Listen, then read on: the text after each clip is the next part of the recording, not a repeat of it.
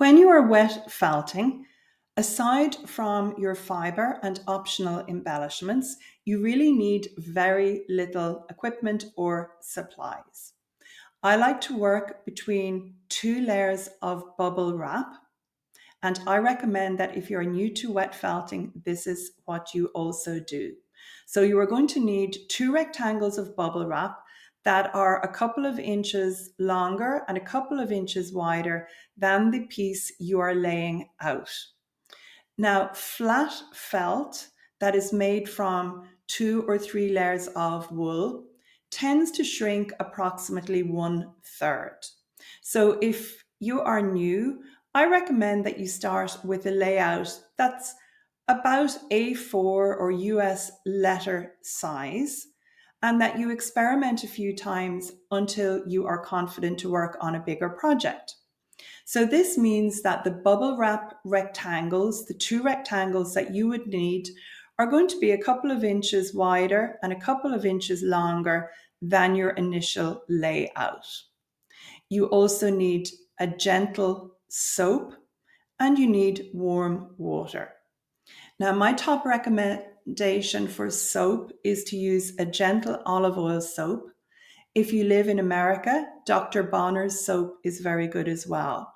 I do not recommend that you use a washing up liquid, or you may say dishwashing liquid, depending on what part of the world you live in, because that's harsh on your hands and it's also harsh on the fiber. So think of some sort of a gentle, maybe a handmade soap that you've bought at a craft fair, Dr. Bonner's, an olive oil soap, something from the health food shop. And then you're going to need a container with warm water and a sprinkler. It's possible to get dedicated sprinklers. They're called ball browser, and they are for felting, or you can also get them for watering bonsai. They have a bulb at the bottom, and then they have a metal spout with a very fine sprinkler, and you turn it upside down. You squeeze the air out of the bulb, the rubbery bulb. You put this into your warm water, and then it sucks up the water. But you can use any sort of a bottle, like a soda bottle, and just put some holes in the lid with a skewer or something. Or you can get a little screw top sometimes in a garden center that you can add on top of a soda bottle, and that will help make a sprinkler for you.